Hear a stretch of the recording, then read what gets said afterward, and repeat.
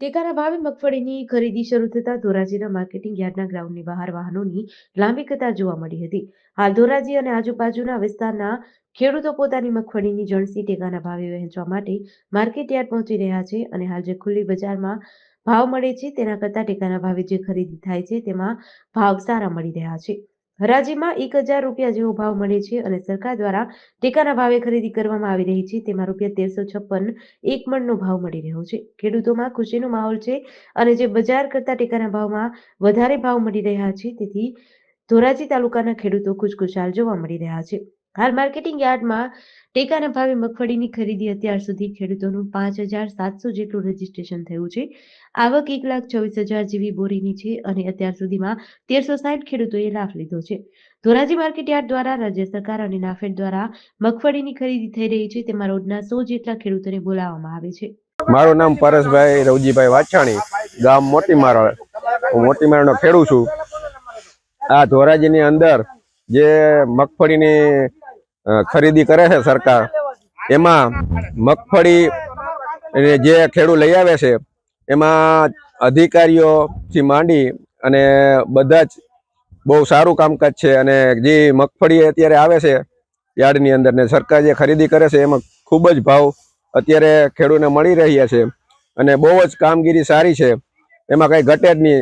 ખેડૂતને ઓણજો આવી રીતના સરકાર તરફથી આટલો લાભ ન મળ્યો હોત તો ખેડૂત બેહાલ થઈ જાત. સરકાર તરફથી બહુ જ સારું કામગીરી છે અને મગફળીના બજાર કરતાં 5-7 હજાર રૂપિયા 5-7 હજાર રૂપિયા વધારે મળે છે. ખેડૂત એમાં ખુશ છે બહુ જ, અને અધિકારીઓનો પણ કામગીરી સારી છે. મારું નામ ભરતભાઈ પ્રેમજીભાઈ પેથાણી, ગામ પાટણવાવ. શું કહેશો આ મગફળીના ભાવ જે મળે છે અત્યારે? મગફળીમાં ખેડૂતોને સરકારી ખરીદીમાં 5,000 થી 7,000 રૂપિયાનો ભાવ ફેર છે. આમ યાર્ડમાં કે વેચવા જાવ તો 19,000 થી 20,000નો ભાવ થાય છે. બીજા નંબરમાં અને લાહે કાંટે તોલ કરે છે, એમાં કોઈ લોકો 100 ગ્રામ કે 200 ગ્રામ કાંઈ વધારે લેતા નથી. અને સરકારની ખરીદીનું કામ બહુ સારું છે અને ધોરાજી માર્કેટ યાર્ડમાં જે ખરીદી હાલે છે એનું કામ પણ બહુ સારું છે. ભાવ કેટલાક મળે છે બજાર કરતા? બજાર કરતા ભાવ 6,000 થી 7,000 રૂપિયા વધારે મળે છે. ખેડૂતોને શું કહેશો આ બાબતે? ખેડૂતોને આપણે વિનંતી કે માલ સાફસૂફ કરીને લઈ આવે અને સારો માલ લઈ આવે એટલે સરકાર આપણને ભાવ આપશે ને આપણી મગફળી ખરીદી લેશે. હાલ જે સરકાર ટેકાના ભાવ ખરીદી કરે છે શું કહેશો?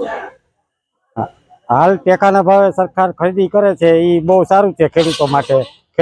ખેડૂતોને જે સાલ વરસાદને બહુ પડ્યા એમાં થોડુંક ખેડૂતને ઉત્પાદનમાં નબળું રહ્યું, પણ સરકાર ખરીદીમાં ખેડૂતને સારામાં સારો ભાવ મળે છે. ઉપેન્દ્રસિંહ ચાવડા, ગુજકો મસલમાંથી આવું છું.